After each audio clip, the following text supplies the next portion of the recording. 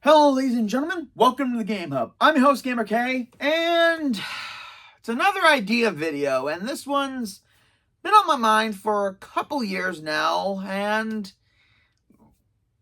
I have no clue where it's gonna go. I got 2 months left until Shadows is released, and I still need to find a PS5 relatively cheap. So I figured in the meantime, with my amazing Valhalla shirt, I'd come up with ideas for another of my favorite Assassin's Creed games, and with kind of, not full leaks, but these are kind of ideas of what are happening. That the game that was codenamed Hex could most likely take part in ancient Rome. And considering in Origins, one of my favorite games that isn't part of the main original formula for Assassin's Creed, I figured, yeah, ancient Rome. We had to battle Romans from the Order of Ancients. Plus we got rid of Caesar, so most likely that. And it doesn't matter that in Valhalla, obviously, Bayek and Aya or Amunet would not be around anymore. But since we're hopefully going backtracking, and I've been holding out for a sequel to Origins for a good number of years now. Mostly because it was the first game to change things up from the original Assassin's Creed formula. It gave us Bayek, one of the best characters for me and from the series, who I think kind of almost is right, not tops, but right neck and neck with Edward and Ezio. So, yeah, I was hoping to do more with them. And, I mean, after what happened with Odyssey after Origins, I may have been a little bit mad. And if you want to see how mad I was, watch my last DLC video of Legacy of the First Blade. I really don't hold back my disdain for it that well, but if rumor has it, maybe Origins will return. And I actually didn't write ideas for this. These are all coming off the top of my head, because I believe for this, because I found out pretty recently, actually, like 2 weeks, not even a week ago, my cousin basically told me that what he found out about the Hex game that's coming out. And when he said ancient Rome, my mind immediately went to an Origins sequel, hopefully.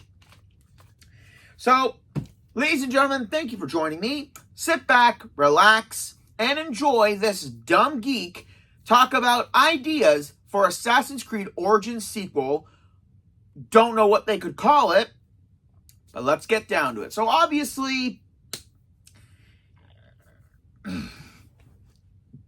because the Hidden Ones DLC takes place, and the Curse of the Pharaohs DLC takes place a good number of years after the main stories end, which I like that we weren't thrusted into it right afterwards. I think, Bayek has had time to develop these assassins, the Hidden Ones. I keep saying assassins because I'm so used to it. To develop the assassin, the Hidden Ones Brotherhood in a diverse amount. And then in one side mission, we found out that, oh no, wait, that was Valhalla. Was it? Whichever. So, obviously, Bayek continues the good work, and his estranged wife, Amunet, they kind of went their separate ways and everything. So Amunet would be doing her own thing as well. And yes, just like what they're going to do with Shadows and like they did with Syndicate, I would actually love to play with Aya or Amunet, whichever she's going by nowadays. For 3 big reasons. One, The only sections we got with her in Origins was with that one naval mission, and then the final boss with Septimius, and the final scene with Caesar, which, I'm not gonna lie, kind of wish we did a little bit more with her, but at the same time, I still liked it, what they did. But there were two people that we didn't get to see get by Amunet, but she talks about it, the ram and the vulture, which maybe we kind of start off there. Maybe just like what they did with the heron in the beginning of Origins, we get a scene, that breathtaking scene at the beginning with Bayek. What? Hang on, guys. I just gotta do a little shout out because I just gotta do this. One sec.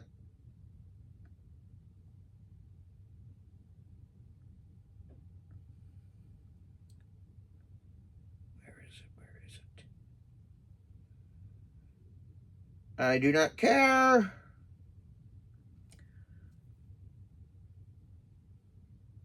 Abu Bakr Salim, I hope I said this right, the voice actor of Bayek, please come to Fan Expo next year.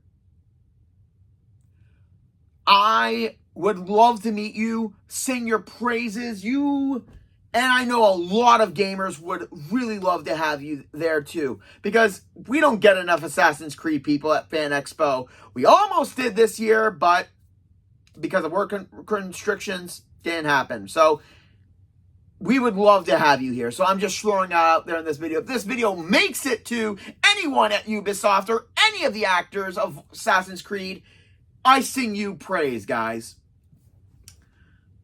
So again, like they did in the beginning of Origins, we could have the small side missions of the small missions where Amunet is back in the time when she was Aya.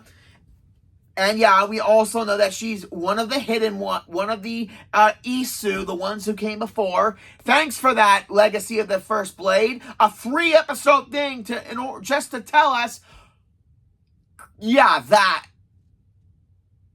Once again, go to the 3rd episode video to see my rage at that amazing revelation. Great. So, yeah, we do the first missions, post title screen, where we're just basically hunting them down, and we get the scenes of that, and maybe a little bit we get a little extra that pinpoints to the main story of this. I mean, even though it was years later, basically once we kill the ram and the vulture, both of them kind of hint to Aya that just because you slay our brothers here in Egypt doesn't mean we're done. Because obviously at that point, they thought the snake was the code name of the member that was responsible for the death of their son. And upon realizing later that's not the case, that the snake is the order, they kind of hint that obviously there's more to what their own little revenge story than meets the eye, obviously. So there could be that. And upon both of their deaths, Aya maybe finds something on their bodies that she didn't fully tell Bayek about. Maybe something that hints at another temple vault that has more Isu lineage, where maybe Aya is kind of finding for herself because she wants to know a little bit more about her connection to all of this, because it's maybe she senses there's something more, and which is why she kind of broke things off afterwards with Bayek. She's searching on her own and doesn't want him interfering, and that's where the two stories in the sequel could collide. Unlike in Syndicate, where they try to make it kind of correlate to each other's missions, but yeah, a little handoff-ish, a little bit at times. Not so much done with Fiona that we got with Jacob. So, wait, Fiona?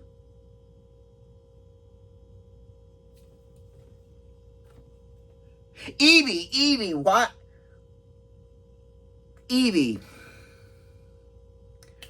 My mind went to Tales from the Borderlands. Minor mind fog. So, yeah, have that kind of correlate and be a stepping stone to the start of the game, where after those two missions, we are thrusted back into the present game story time, where maybe Amunet takes the pieces that those two Order of Ancients members had and puts them at a door that she finds and finds out that there's more that she's missing. And maybe she finds an old dead guard who has been there for years, and finds a note from one of the other members saying that some of them have gathered in secret outside of the Order of within the Order of Ancients. Some of them who, kind of like the hyena, Hallie said, wanted to find out more about the ones who came before and all their abilities. But some of them aren't. So now Aya has to find members of the Order within Rome. Because those two, I believe, were Roman. I'm just going to do a little research on this. I know I should have done this beforehand, but like I said, all these ideas aren't... I didn't write down any of these ideas. I want these ideas to be as fresh and as impulsive as possible. Because a lot of those ideas are some of the best, even when you don't write them down. Origins... So, throughout this story, Bayek and his hidden ones could be trying to build established roots secretly within the ancient city of Rome.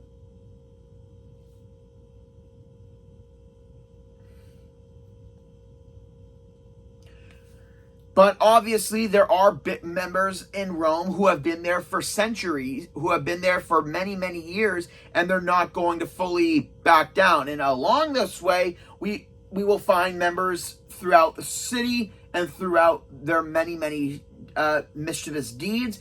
And we will obviously have to defeat them in order to eliminate the threat within the city. So basically, kind of like what Ezio had to do in Brotherhood.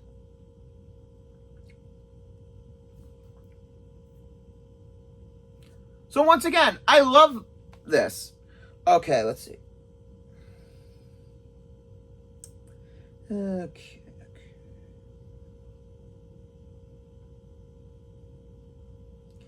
So the members I mentioned, the Ram and the Vulture, Testos and Akateon. They were both killed in Alexandria, so obviously we won't have the big desert area and anything. So this will be like an obvious infiltration missions where we get rid of both of them. And did they both die around the same time?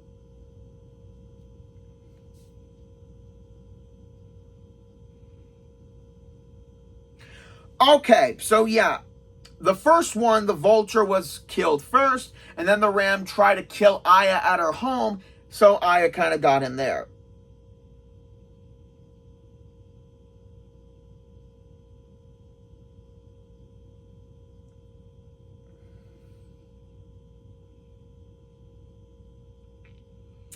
Okay, yeah, that works. That actually fully works for what I'm planning on this, for the beginning of this game. So yeah, once again, Aya and Bayek, no real meetups until like maybe midway through the game, after we've done a bunch of story missions and gotten rid of some of the Order of Ancients members.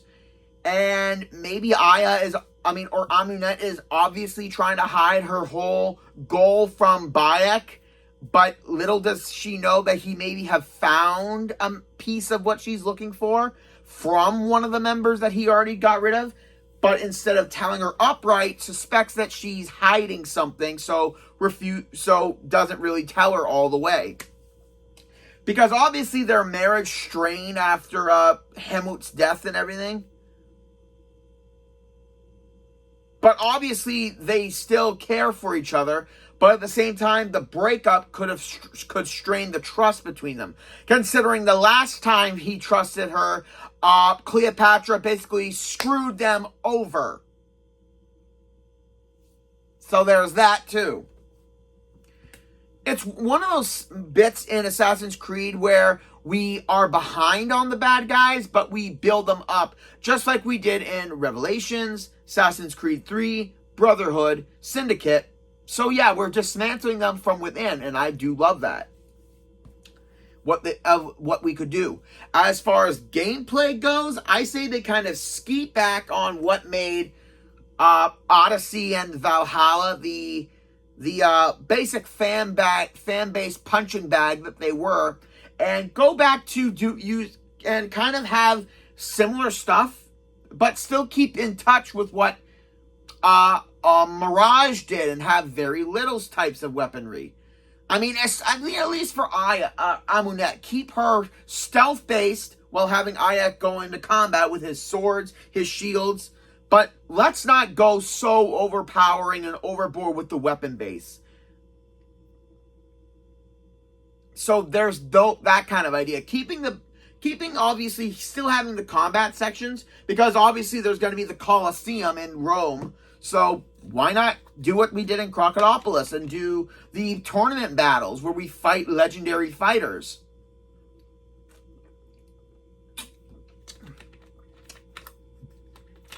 For side missions, we can obviously get some for both of them, where Amunet works with certain people in certain areas, where Bayek works with certain characters in certain sections. That way it kind of doesn't do what Syndicate did, where some missions can be done with either sibling. This way we have certain ones for Bayek and some for Amunet. That way it doesn't feel like, oh, well, I could have done this a lot easier if I did this with Amunet. No, each one will have their own set of missions. That way it keeps the city of Rome as large as it could be, while not making it seem like we're doing the same exact thing for each character. For villain-wise, the Order of Ancients, we could have corrupt politicians, people who obviously work in the shadows with the underground of Rome society. We could have not poets, philosophers. We could have, again, politicians, soldiers of the army, all of that good stuff that we got in Origins and beyond. But there's one thing I don't want, is that a twist villain. Because lately, twist villains have become so overdone in video games in recent years. I mean, having that one woman be the ghost of Cosmos and didn't really want the cult of Cosmos to be continuing what they were doing. I mean, what was their end goal? Control the war on both sides and send the world into chaos? You're basically Joker without a guest list. You have no idea what you're planning on afterwards. I mean, what they did in Valhalla, I didn't see coming, and they did it great, but that's for another list, another video, all on its own. I just don't want because the heads of the Order of Ancients have different sects and different groups throughout each region, except for Greece, we got screwed over.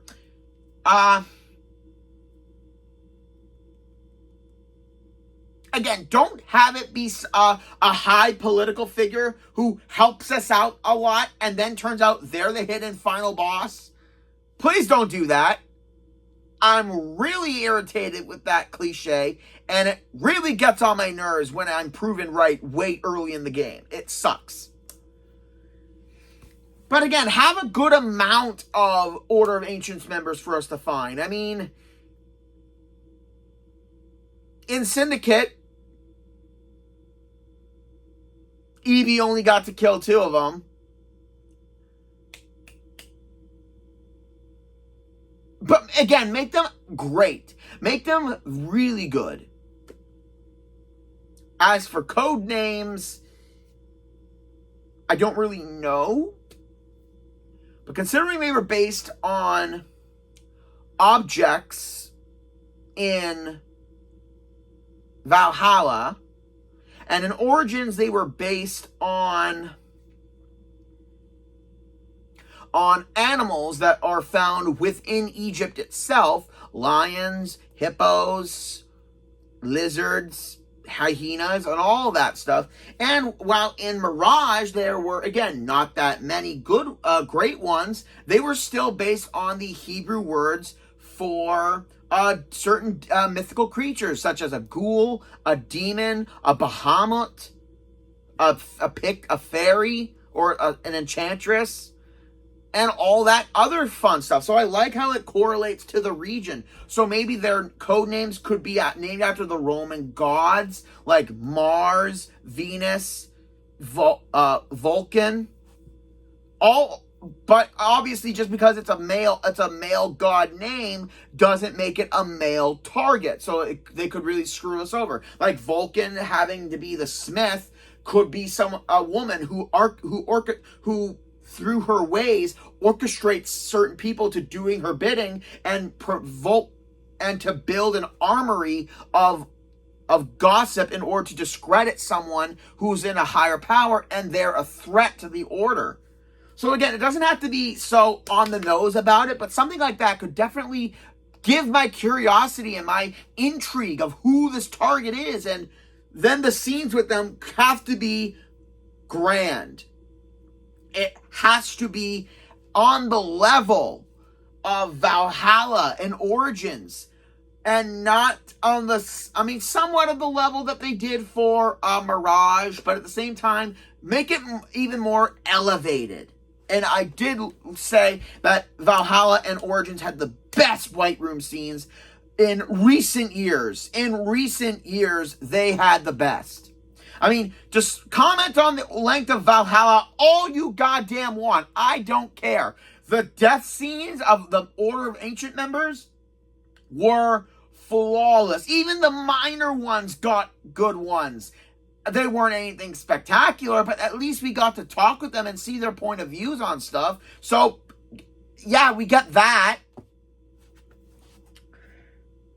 So, again, going for Order of Ancients here, I'm thinking, because the length of the side missions and the optional objectives that can obviously be done, I'm thinking...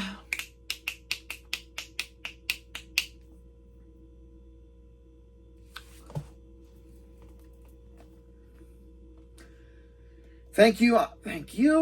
Let's see.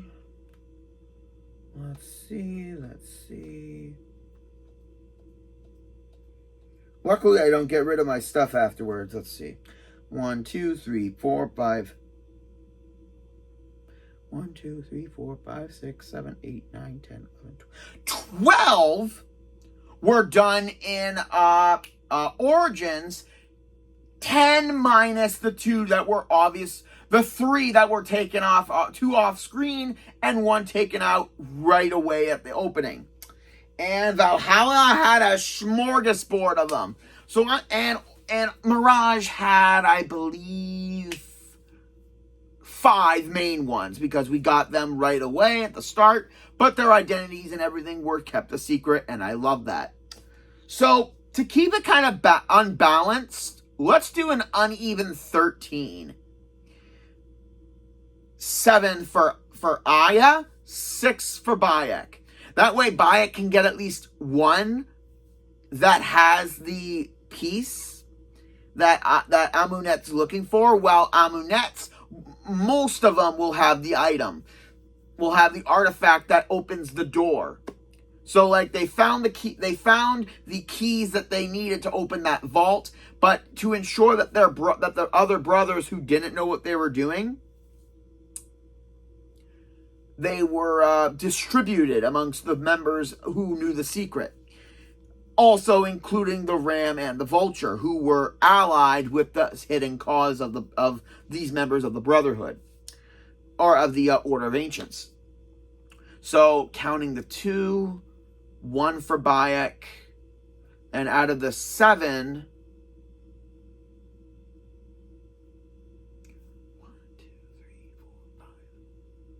5 of them will have the keys that she needs. That way it's so 5 plus 3.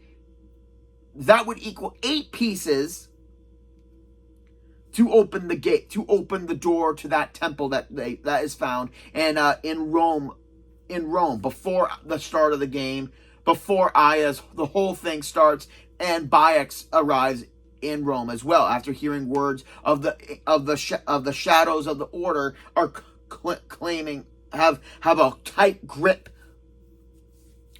on Rome. And considering the 4 guys that you kill in the Hidden Ones DLC were from Rome, it makes sense that would be our next spot after they try to come into Egypt and make things worse. So we're taking the fight to them now. As far as the naval combat that they did, I kind of want to nix it a little bit. I mean, if they do a story mission with it like they did in Assassin's Creed 3, I won't be mad at it, but let's nix that kind of combat. And again, because unlike Origins, which was such a huge open world, and I did love it, I say we keep to what Brotherhood, Revelations, and Mirage did. Like, have an open city, but utilizing every aspect of it, from the bathhouses to the courts to the soon-to-be ruins. I think that's something that could be a really, really well-done idea. Wow, I've gone this long without kind of breaking ideas or anything, and this is basically what I got, from the story elements to how the Order of Ancients can be done, to some side missions, to combat. Let's see what also, no modern day, unless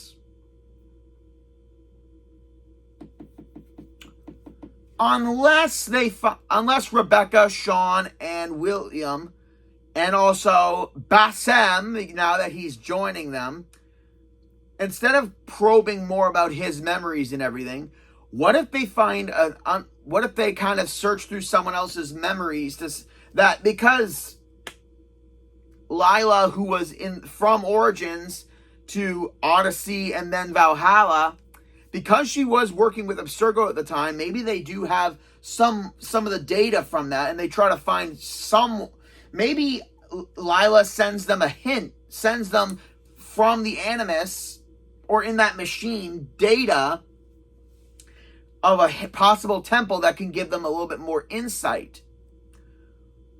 But they have to find it, and they don't. But the data is sending from the data set that was from Bayek's DNA sample. So it cross-correlated. That gives them the... So, like, it would be a small mini game-ish where out of the three people that we go, because we obviously asked Bassem's DNA sample, so we go through the 3 DNA sections of Eivor, Cassandra, and Bassem, and we try to correlate the DNA stream with the DNA of data that is being sent by Lila for more information of what they need to do next. And after doing the mini game, we figure out that it matches, and we have to do kind of a cross mini game, like in Batman Arkham Knight, when we had to do the DNA sampler for the Man-Bat mission, where we have to mix the DNAs and make sure the corrupted one doesn't go in. So we need a clean DNA sample. So we correlate it with the different DNA sequences, and we see it matches Bayek, which means Bayek's DNA sample is what they needed. And since they still have it on file, they can access it. Yeah, that could be a good way of getting us there. I'm just really curious how we're going to get into the DNA sequence for Shadows at all. I hope they explain that. But overall, yeah, I love these. I like these ideas. I mean, again, from story element to the whole Bayek Amunet thing, to having it be a split character game, to having the side missions be kind of interesting to both characters and unique to each character.